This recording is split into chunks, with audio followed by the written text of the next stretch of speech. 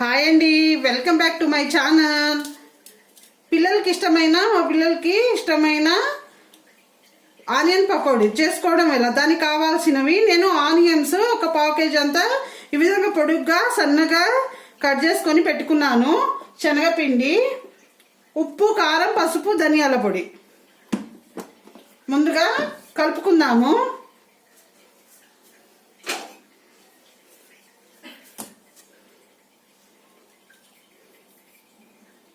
ఒక కప్పు శనగపిండి వేసుకొని బాగా కలుపుకోవాలండి. గట్టిగానే కలుపుకోవాలి, అప్పుడే ఆయిల్ కూడా తక్కువ పీల్చుకుంటుంది, బయట తిన్న ఫీలింగ్ వస్తుందండి.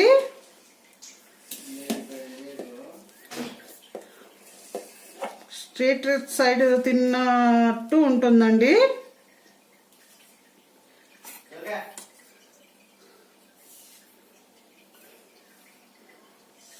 ఇది నేను ఎక్కువ శనగపిండి నేను ఇంట్లోనే పట్టించుకొని ఉంచుకుంటానండి. ఒక కేజీ శనగపిండికి ఒక పావు కేజీ అంత బియ్యము కలుపుకొని పట్టించుకుంటానండి. శనగపిండి కొనను, పట్టిస్తానండి. సరిపడా సాల్ట్, పసుపు, ధనియాల పొడి, కారం ఒక స్పూన్.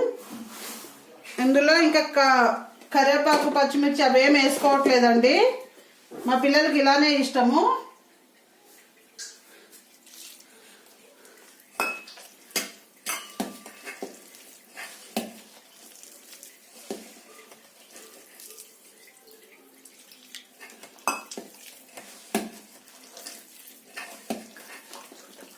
కలిపాక చూద్దాము.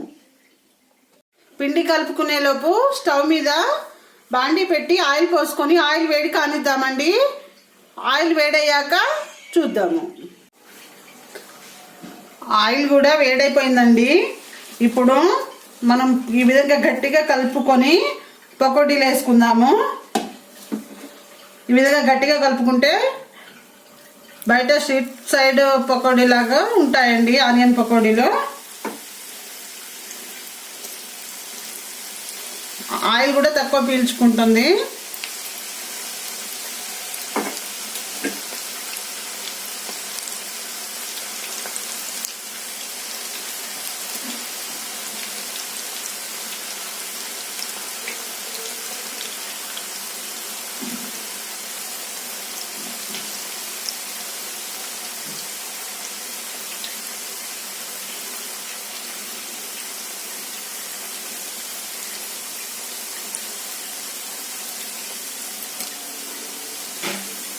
ఈ విధంగా వేసుకున్నాక మగ్గనిద్దాము. మగ్గాక చూద్దాము.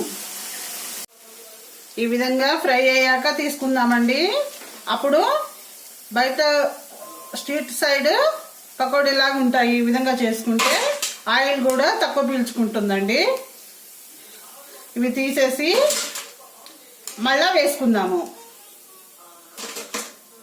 అదే విధంగా వేసుకుందాము.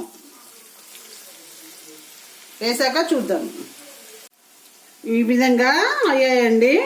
ఈ విధంగా చేసుకుంటే పిల్లలు కూడా ఇష్టంగా తింటారు, టేస్ట్ కూడా బాగుంటుంది. ఈవినింగ్ స్నాక్స్ టైంలో ఈ విధంగా చేసి పెడితే ఇంటిల్లిపాది ఇష్టంగా తింటారు. తప్పకుండా ట్రై చేయండి. ఎలా వచ్చిందో కామెంట్ సెక్షన్లో కామెంట్ చేయండి. అంతేనండి. మా వీడియో కనుక మీకు నచ్చినట్లయితే లైక్ చేయండి, షేర్ చేయండి, సబ్స్క్రైబ్ చేసుకోండి. కిందన్న బెల్ ఐకాన్ ప్రెస్ చేస్తే మా నోటిఫికేషన్లు మీకు వస్తాయి. Thank you very much.